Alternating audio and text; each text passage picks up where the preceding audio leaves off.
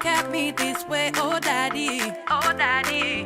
What is it that you wanna say, oh shitty, oh shitty, yeah. Ouvre les écluses des cieux,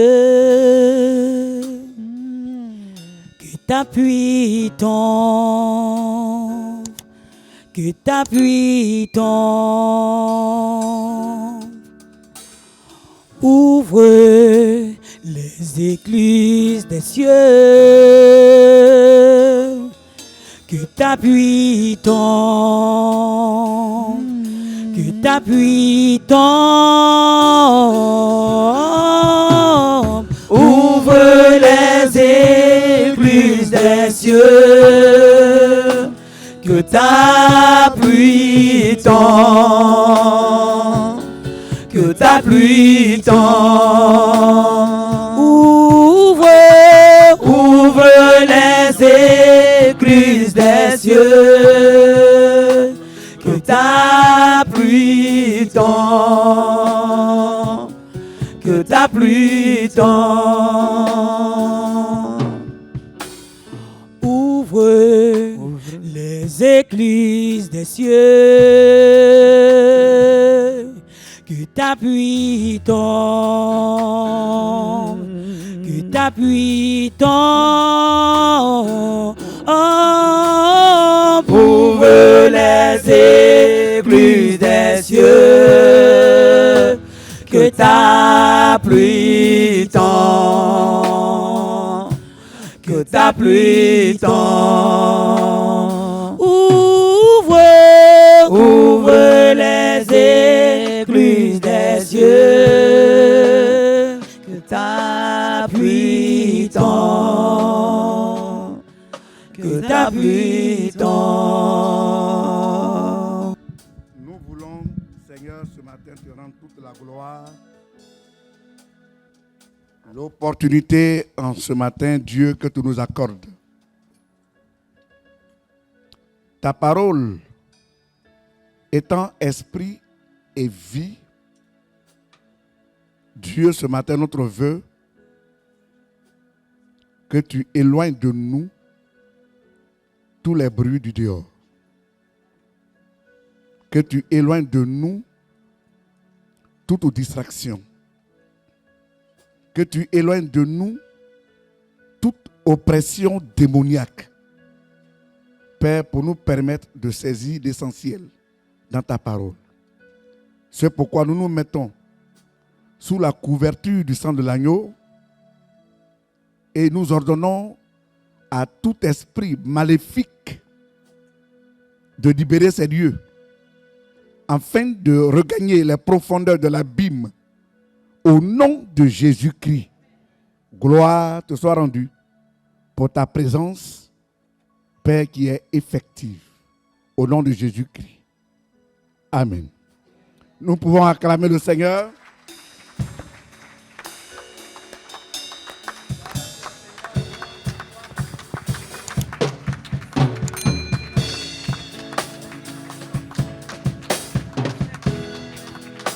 Que Dieu nous bénisse. Tu vas saluer ta soeur, tu vas saluer ton frère, tu vas prophétiser.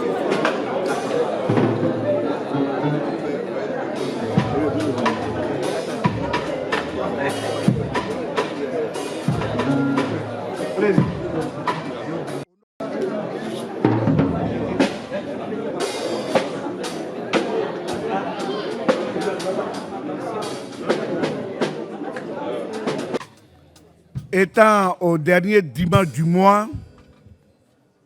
du mois de septembre, nous prophétisons sur le mois d'octobre que octobre soit pour toi un mois de grande bénédiction au nom de Jésus-Christ.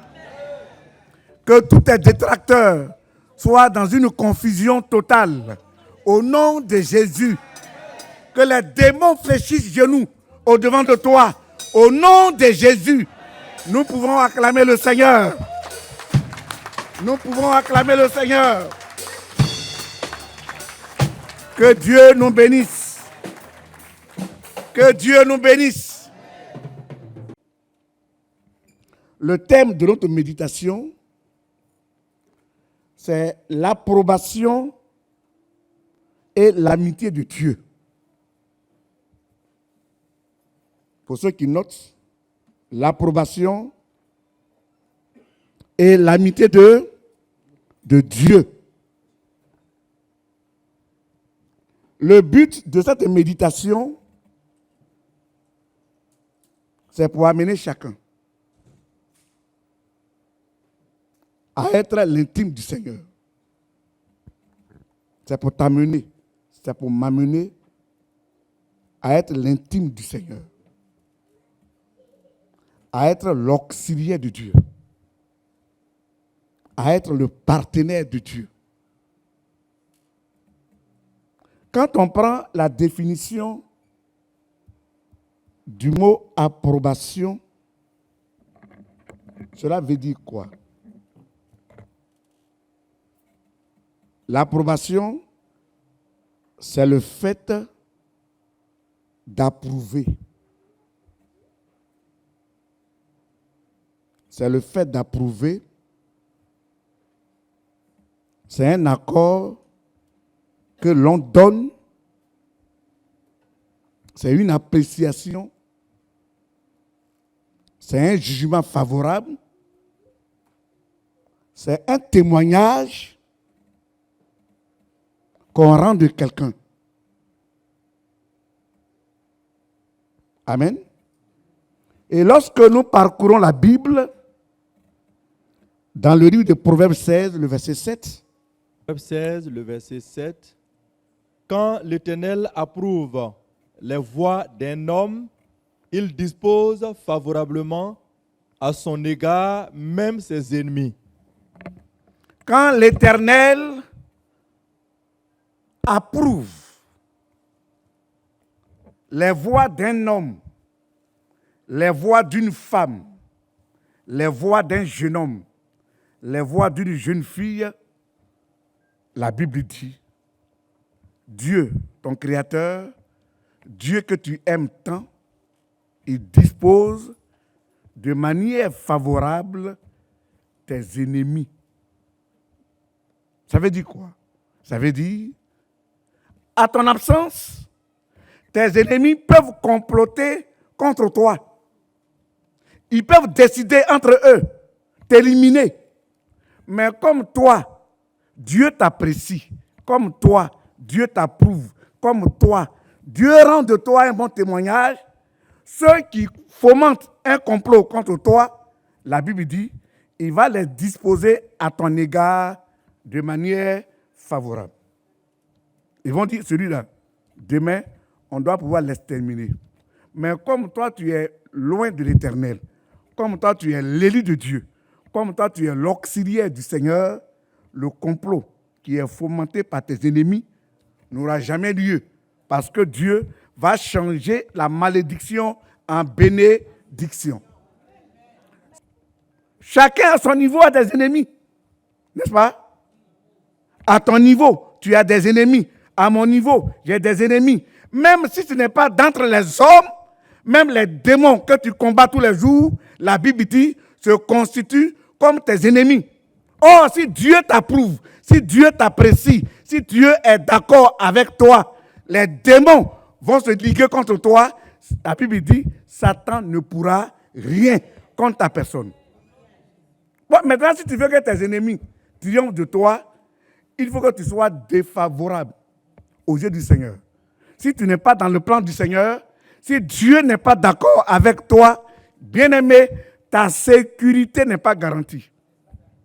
Arrête de faire le boucan, faire croire aux gens que tu es en sécurité, parce que là où tu es arrêté, là où tu es assis, tu es déjà ennemi de Dieu. Si tu es ennemi de Dieu, à l'image de Pharaon, qui s'est fait ennemi de Dieu, Dieu a suscité des crapauds. Dieu a suscité des mouches pour venir attaquer la maison de Pharaon. À ton tour, si tu n'es pas dans le contexte divin, tu n'es pas dans le plan du Seigneur, la même manière, Dieu est capable d'envoyer des crapauds, d'envoyer les mouches, d'envoyer les sauterelles. Contre Pharaon, Dieu aussi amènera des, comment on appelle ça, des cafards pour venir te troubler. Bien-aimé, l'approbation, c'est lorsque tu es favorable aux yeux du Seigneur. Lorsque Dieu t'apprécie. Lorsque tu es dans le plan de Dieu. Lorsque Dieu est d'accord avec toi.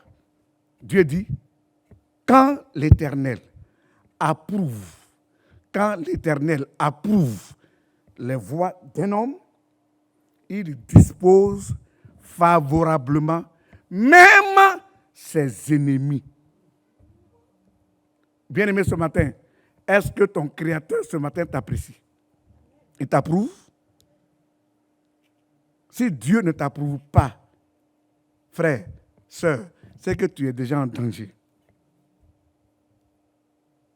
Tu es déjà en danger. Il faut que ton Dieu t'approuve. Amen. On prend le second mot. Le mot amitié.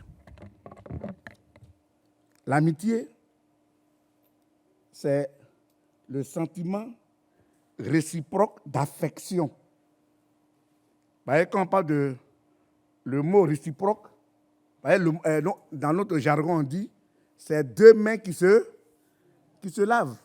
Ce matin, avant d'arriver ici, la main droite a pris soin d'entretenir la main gauche, n'est-ce pas? Et ta main gauche également s'est servi ton éponge pour aussi prendre soin de la main droite. Si je suis en amitié avec Dieu, la manière dont moi j'entretiens Dieu, c'est ainsi aussi Dieu aussi m'entretenir. Mais si tu te fais l'ennemi de Dieu, bien-aimé, vraiment j'ai peur pour toi. J'ai vraiment peur pour toi. Amen. J'ai vraiment peur pour toi. Parce que l'amitié de Dieu, c'est ceux qui le craignent. Quand tu dis que tu es ami de Dieu, que tu es auxiliaire du Seigneur, ça veut dire que tu as en toi la crainte de Dieu. Or, avoir la crainte de Dieu, la Bible dit, le commencement de la sagesse, c'est la crainte de l'Éternel. Et le commencement de la crainte, c'est la haine du mal. Haïr le mal sous-entend craindre Dieu. Craindre Dieu est égal à couper avec le péché. Ce matin, qui craint Dieu? Ça veut dire quoi? Ça veut dire que je hais le péché.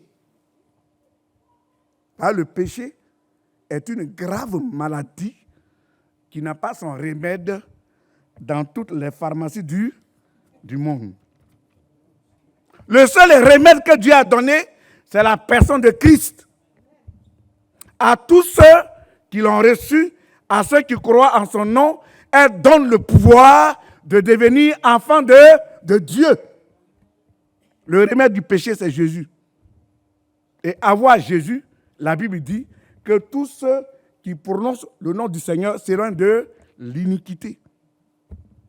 Donc, craindre Dieu veut dire quoi? S'éloigner du péché. Et c'est ceux-là qui s'éloignent du péché qui sont appelés amis de Dieu. Ça peut aller? Mon vœu ce matin, que tu sois du nombre de ceux-là qui ont fait vraiment une amitié sincère avec le Seigneur. Dans une vie parfaite, dans une vie de sainteté et de pureté. On va lire Psaume. Psaume 25. Psaume 25, le verset 14. Il est écrit, l'amitié de l'Éternel est pour ceux qui le craignent et son alliance leur donne instruction. Ok. L'amitié de l'Éternel est pour ceux qui le craignent, est pour ceux qui le respectent, est pour ceux qui l'honorent, est pour ceux qui le sanctifient aux yeux des hommes, aux yeux des démons, aux yeux des sorciers et qui marchent dans l'intégrité de sa parole. Mais il y a un petit mot qui ressort dans ce texte ce matin qui m'intéresse. Et il dit, et son alliance,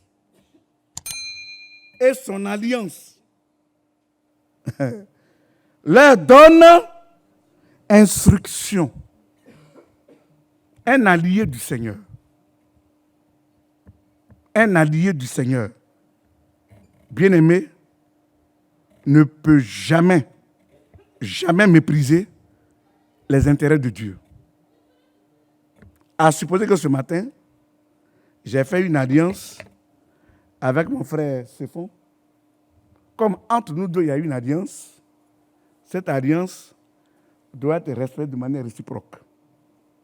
Si je veille à ses intérêts, lui aussi, il veillera à mes intérêts. Alors, si je bafoue ses intérêts, lui aussi va bafouiller mes intérêts. Dieu dit, ceux qui le craignent sont ses alliés. Ceux qui le craignent sont ses alliés. Et ceux qui respectent sa parole se font alliés de Dieu. Un allié de Dieu, il a pour devoir de veiller aux intérêts du Seigneur. Parce que Dieu est esprit. Pour se manifester, il se manifeste à travers nous. C'est à travers ta vie, à travers ma vie, à travers notre vie, qu'on doit voir de manière palpable Dieu. Alors moi qui dis, je suis l'allié de Dieu. Si j'ai ma bouche partout, mes doigts partout, et que ma vie est caractérisée de mensonge, est teintée de vol, est teintée de tricherie, ça, ce n'est pas un allié de Dieu. Un allié de Dieu respecte les clauses de l'alliance avec son Créateur. Amen. Ça peut aller? Vrai. Ou bien, toi, blaguer un peu. On dit, on va quitter ici. Tu parles trop. C'est ça, non, mon ami. Ce matin, on prend au moins quelques exemples terre à terre, des éléments clairs. Voilà un homme qui se dit serviteur de Dieu. Élie, qui est considéré comme un sacrificateur. Dieu lui a fait la grâce d'avoir des enfants. Et parmi ces enfants, M. Elkanah, à qui Dieu a fait la grâce d'avoir un fils à la personne de Samuel, M. Élie a reçu Samuel dans sa maison. Et bien vrai que Samuel vivait au milieu des enfants d'Élie, Samuel ne s'est pas mêlé des comportements des enfants d'Élie. Ce matin, on est tous venus ce matin pour adorer Dieu. Et le pasteur Ziza a ses enfants ici. Et ses enfants se mettent à draguer les femmes. Ils se mettent à voler les gens, à voler les sacs, à voler l'argent des gens. Est-ce que vous serez à l'aise pour adorer Dieu?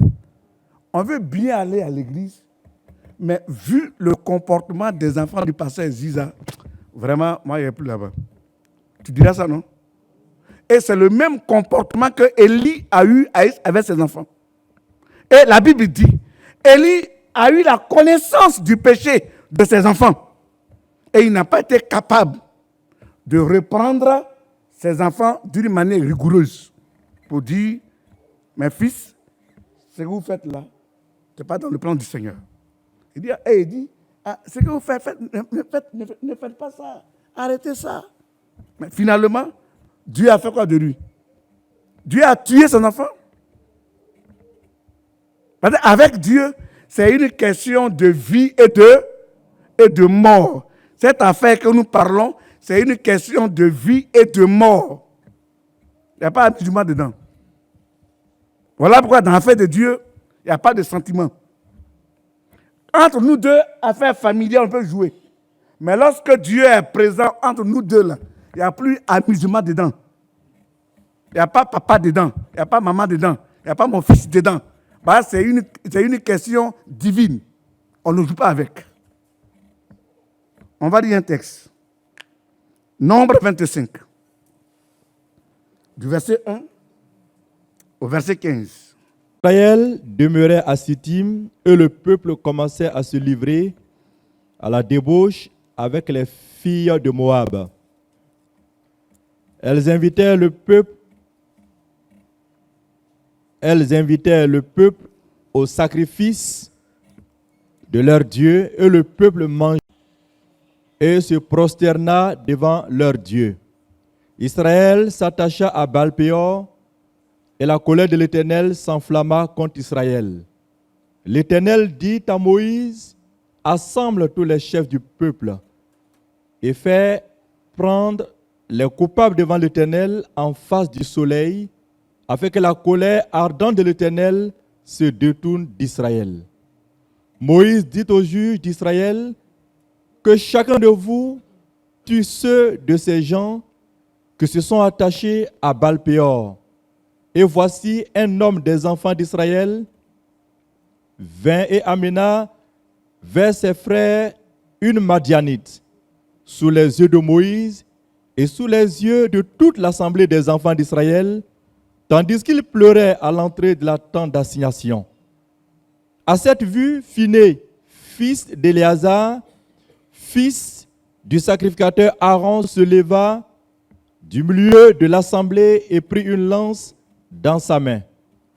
Il suivit l'homme d'Israël dans sa tente et il les perça tous les deux, l'homme d'Israël, puis la femme, par le bas-ventre, et la plaie s'arrêta parmi les enfants d'Israël.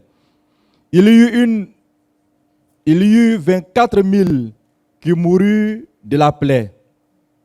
L'Éternel parla à Moïse et dit, Phiné, fils d'Éléazar, fils du sacrificateur Aaron, a détourné ma fureur de dessus les enfants d'Israël parce qu'il a été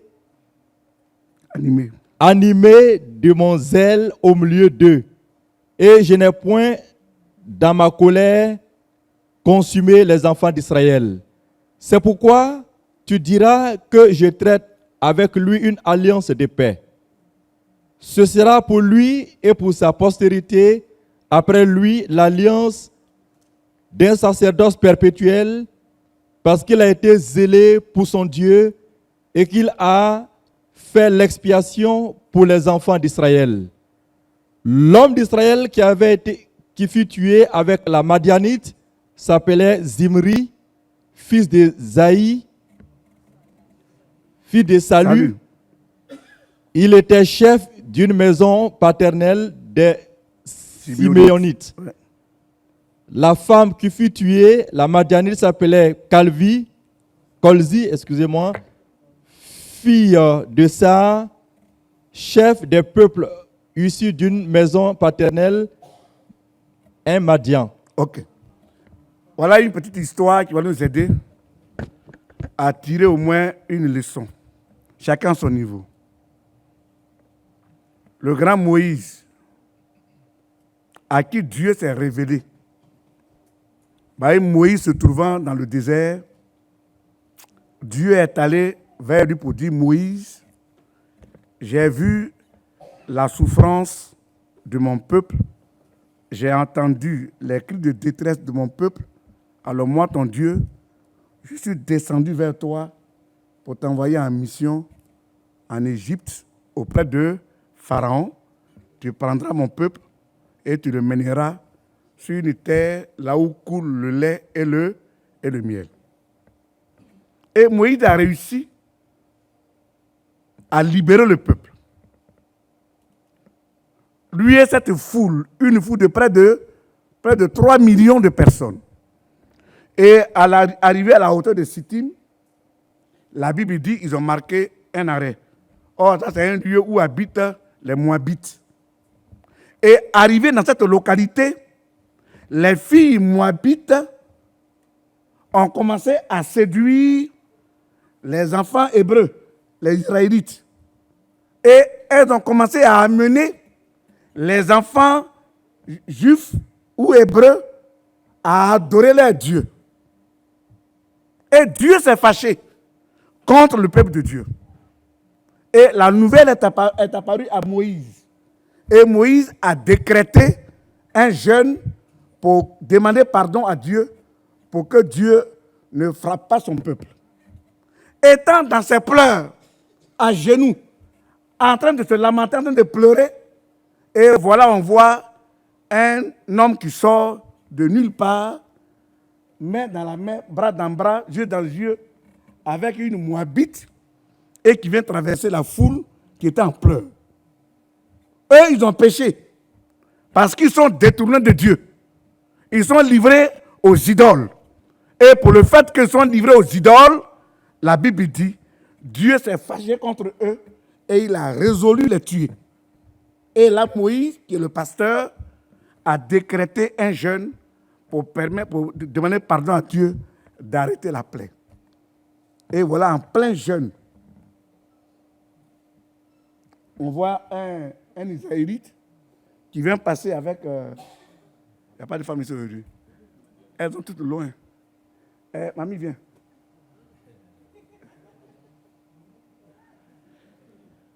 Et, curieusement, on voit le monsieur qui vient traverser devant ceux qui sont en jeûne, bras dans bras, yeux dans yeux, bouche dans bouche.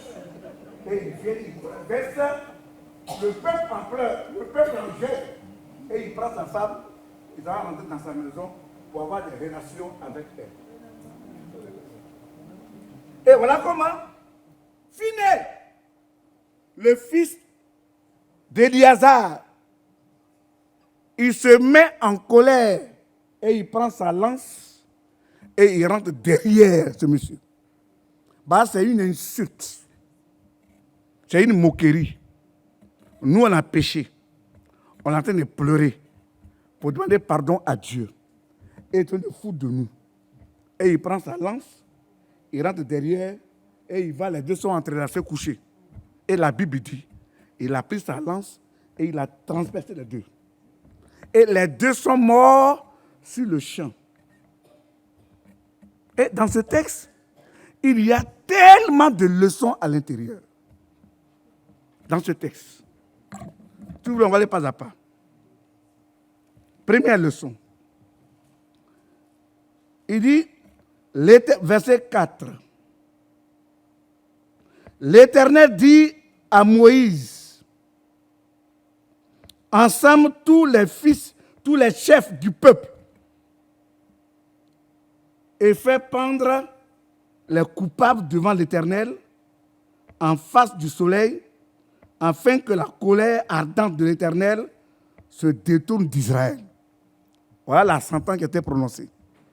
Et maintenant au verset 5, Moïse dit aux juges d'Israël que chacun de vous tue ceux de ces gens qui se sont attachés à Baal-Péor. Verset 6. Voici un homme des enfants d'Israël vint et amena vers ses frères une Madianite sous les yeux de Moïse et sous les yeux de toute l'assemblée des enfants d'Israël, tandis qu'il pleurait à l'entrée de la tente d'assignation. Bien-aimé du Seigneur, une fois ici, j'ai demandé au patriarche Séri, cela fait combien d'années que l'église est ici à Paris? Il m'a dit 30 ans. C'est pas ça? Vous et moi, une église de 30 ans, quand on fait le constat, est-ce qu'aujourd'hui, on doit être à ce stade? Hein? Maintenant, pourquoi l'église n'évolue pas? Pourquoi ça n'évolue pas? Pourquoi les mentalités ne varient pas? C'est dû à quoi? C'est le péché. C'est le péché, la désobéissance, la rébellion, l'insubordination, l'insoumission. Il y a des chrétiens de 20 ans, de 30 ans, de 25 ans, de 10 ans, de 1 an, de 2 ans, et qui ne veulent jamais changer leur comportement. Bien vrai que tu écoutes la parole de Dieu, quand tu sors, tu prends autre comportement au dehors. Avec une telle attitude, Dieu n'est pas en toi. Toutes les prières que tu fais, toute la vie que tu mènes au dehors n'est pas appréciée par le Seigneur. Et avec une telle attitude, comment tu veux qu'une telle église évolue? Il y a Dieu que chacun entre en lui-même et que tu examines ta façon de faire pour corriger tes tares. Cette église, elle a besoin d'évoluer. Elle a besoin de grandir. Voilà pourquoi il y a certains comportements qui ne seront pas gracieux. Vous me suivez bien? Parce que quand, une fois ici, vous avez demandé est-ce que le sévrage était nécessaire? Vous vous souvenez, non? Et on a pris sur le côté. Ah, le pasteur a dit on a qu'à laisser nos biberons. Mais on n'a pas su l'autre côté. Quand on met un enfant au monde, l'enfant a 1 mois, l'enfant a 2 mois, l'enfant a 3 mois, dans sa façon de vivre, on doit détecter les signes de la vie. Dans son comportement, on doit voir une croissance. On doit voir une évolution. S'il n'y a pas d'évolution, c'est que l'enfant est malade. Et il a la maladie qu'on appelle le cochacor. Et là, l'enfant a les petites fesses et puis il a le gros ventre. Avec une grosse tête. Un tel enfant, si son alimentation a raté, sa croissance également aussi prendra un coup. Bien aimé, on est arrivé à un stade où on doit se dire certaines vérités crues. Si tu n'es pas d'accord, la porte est ouverte, tu peux t'en aller. La porte de l'église est ouverte à tout le monde. Toi qui es ancien, il faut être en mesure d'aider les nouveaux qui arrivent. Et les nouveaux aussi, à leur tour, quand ils vont grandir, eux aussi vont prendre soin des nouveaux aussi qui arrivent. Et on doit être avec les fauteuils de combien de places? 200 places. On doit être au moins après de 2, 4, 5 cultes. Mais aujourd'hui, on a combien de cultes? Un seul culte. C'est qu'on doit revoir ton alimentation. C'est clair? On doit revoir ton alimentation. C'est qu'il y a des aliments que tu manges qui ne sont pas favorables à ton organisme. Dieu s'est fâché contre un peuple. Il dit, voici le péché que vous avez commis. Pour cela, chacun doit prendre son épée, entrer dans la foule pour tuer son frère.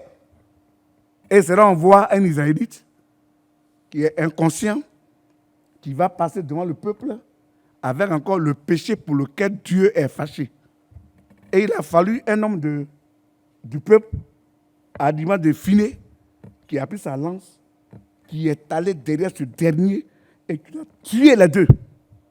Et Dieu dit, l'acte qu'il a posé m'a honoré pour le fait qu'il a posé une telle action, un tel homme dans sa famille. On va lire le texte même. C'est quel verset? Verset 8. D'abord, verset 7. À cette vue, Phiné, fils d'Éliazar, fils du sacrificateur Aaron, se leva du milieu de l'assemblée et prit une lance dans sa main. Il suivit l'homme d'Israël dans sa tente et il les perça tous les deux. L'homme d'Israël, puis la femme, par le bas-ventre, et la plaie s'arrêta parmi les enfants d'Israël. Et quand il a fini de les tuer, Dieu qui était fâché, Dieu qui était en colère contre son peuple, la Bible dit, la colère s'arrêta. Et il continue. Il y en a eu 24 000 qui moururent de la plaie. Verset 10. L'Éternel parla à Moïse et dit, Phiné, fils d'Éliazar, fils du sacrificateur Aaron, a détourné ma fureur de dessus les enfants d'Israël parce qu'il a été animé de mon zèle au milieu d'eux. Et je n'ai point, dans ma colère, consumé les enfants d'Israël. Verset 12. C'est pourquoi tu diras que je traite avec lui une alliance de très important. Pour l'acte qui a été posé, Dieu dit à Moïse que l'enfant, l'acte qu'il a posé, ça m'a amené à arrêter ma colère. Pour le fait qu'il a agi selon ma volonté, alors moi, je vais traiter une alliance de paix. Une alliance de paix avec Phiné. Et il continue. Ce sera pour lui et pour sa postérité après lui l'alliance d'un sacerdoce perpétuel. C'est-à-dire à compter de lui-même. Dieu a traité une alliance de paix. Et après ses enfants, une alliance de paix. Ses petits-fils, traité alliance de paix. Jusqu'à ce que toute sa famille disparaisse. Frère, est-ce qu'aujourd'hui, si on essaie de faire un sondage, de par la vie que nous menons, de par la vie que nous menons au milieu du peuple de Dieu, est-ce que ce matin, Dieu est-il prêt à aussi traiter une alliance de paix avec nous? Ça, c'est une question qui reste posée avec un gros point d'interrogation.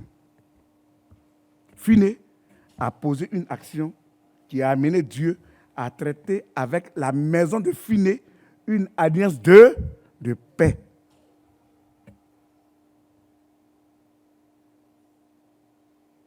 Amen. Or, il a dit que chacun s'interroge. Bien aimé, il faut t'interroger. Il faut revoir ta position. Il faut revoir ta façon de vivre. Il faut revoir ta façon de faire.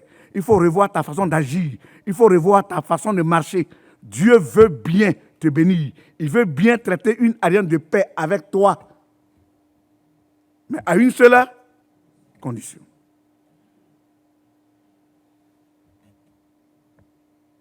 Que Dieu nous bénisse. Phiné, un jeune homme qui prend la défense. Au lieu que Dieu lui tue le peuple, lui il a pris la résolution, tuer à la part de Dieu le peuple. Et Dieu a traité une alliance de paix. Un allié de Dieu ne doit pas cautionner le péché. Nous sommes des sentinelles. Je vais sur toi, tu vas sur moi. Et cela va nous permettre à grandir dans le Seigneur. Mais quand on se couvre le péché, bien aimé, c'est grave. La semaine passée, on a lu un texte avec les conseillers. Pour ceux qui s'en souviennent. Le texte dit dans Proverbe 24, du verset 24 au verset 25. Tu vas dire ça pour moi, mon frère. Celui qui dit au méchant, tu es juste, les peuples le maudissent, les nations le maudissent. Continue, 25. Le verset 25. Mais ceux qui le châtient s'en trouvent bien, et le bonheur vient sur eux comme une bénédiction. Amen. Voilà ce qui est écrit, bien-aimé. Celui qui dit au méchant, tu es juste. Les peuples le maudissent, les nations le maudissent. Mais ceux qui le châtient s'en trouvent bien. Et le bonheur vient sur eux comme un homme qui prend le péché comme le bien. Quelqu'un est en train de commettre le péché. Tu sais que ce n'est pas bon et tu couvres la personne. La Bible dit, en le faisant, toi qui le couvres, tu attires sur toi la malédiction. Celui qui veut être maudit couvre le péché des gens. Ici, à l'église, on n'est pas venu en convoi. Bien-aimés du Seigneur, sommes-nous venus en convoi? Est-ce que quand tu venais ici, tu avais un ami? Est-ce que quand tu venais ici, tu avais une association? Est-ce que quand tu venais ici, tu avais tes partenaires? Ce qui nous lie, c'est la parole de Dieu qui nous lie. Si quelqu'un ne craint pas la parole de Dieu, il n'a pas le respect de la parole de Dieu, qu'il soit pour toi un ennemi. La Bible dit, celui qui dit au méchant que tu es juste, il dit même les nations maudiront une telle personne. Les peuples maudiront une telle personne. Donc, bien-aimé, si tu veux que Dieu soit d'accord avec toi, il faut regarder en face de toi. Tourne tes regards devant toi. Quand quelqu'un n'est pas dans le contexte divin, écarte-toi de la personne. Tu t'associes à quelqu'un qui est opposé à Dieu, cela veut dire que tu te fais aussi ennemi de Dieu. Et en te faisant ennemi de Dieu, bien-aimé, tu n'es pas à l'abri. Tu n'es pas à l'abri. Pour le péché d'autrui, Dieu est capable de maudire ta maison, de maudire tes enfants, de maudire toi-même ta vie. Il faut choisir. Si tu veux être en conflit avec Dieu, continue de comploter avec Dieu. C'est clair? Ça peut aller? On n'est pas venu en convoi. Demain, là, si tu me vois en train de ton bœuf et que la vie que tu mènes n'est pas conforme à la parole de Dieu, bien aimé, tu ne me verras pas là-bas. C'est fini. Nous deux, ce qui nous lie, c'est la parole de Dieu qui nous lie. C'est le Saint-Esprit qui nous lie. Alors, si tu es ennemi de Dieu, moi, je fais quoi? Je m'assois pour composer à toi, tu ne me verras pas là-bas. Si tu veux, va rapporter à toute la France que lui, ce n'est pas un bon pasteur. Moi, je m'en fous. Si je suis d'accord avec Dieu, cela est mieux que tu es d'accord avec 1000 personnes. Frère, il faut revoir ta façon de marcher avec le Seigneur. Il faut revoir ta façon de vivre avec le Seigneur. Il faut éviter de comploter. Il faut éviter de couvrir le péché des gens. Nous sommes des sentinelles les uns sur les autres. Tu dois veiller sur ma vie. Je dois aussi veiller sur ta vie. Si tu vois en moi un comportement qui n'est pas la gloire de Dieu, viens vers moi, dis-moi, bien-aimé, voilà ce que j'ai vu en toi qui n'est pas bien. Il faut arrêter. Mais tu vas de bouche de maison à maison pour comporter. Ça t'engage ton problème. Puisque la Bible dit, quand l'Éternel approuve les voies d'un homme, il dispose à son égard même ses ennemis. Moi, je préfère composer avec Dieu pour avoir la paix que de composer avec le péché pour troubler ma maison. Soyez bénis au nom de Jésus-Christ. C'est pourquoi ce matin, frère, je voudrais ce matin t'encourager à aimer le bien, à aimer le Seigneur, puisque ce matin, il est question de l'approbation et de l'amitié de Dieu. Il faut que Dieu t'apprécie, il faut que Dieu t'approuve, il faut que tu sois au nombre des élus, au nombre des alliés du Seigneur. Sommes-nous ce matin au nombre des alliés du Seigneur ou bien ceux qui sont en conflit avec Dieu? Que Dieu nous bénisse.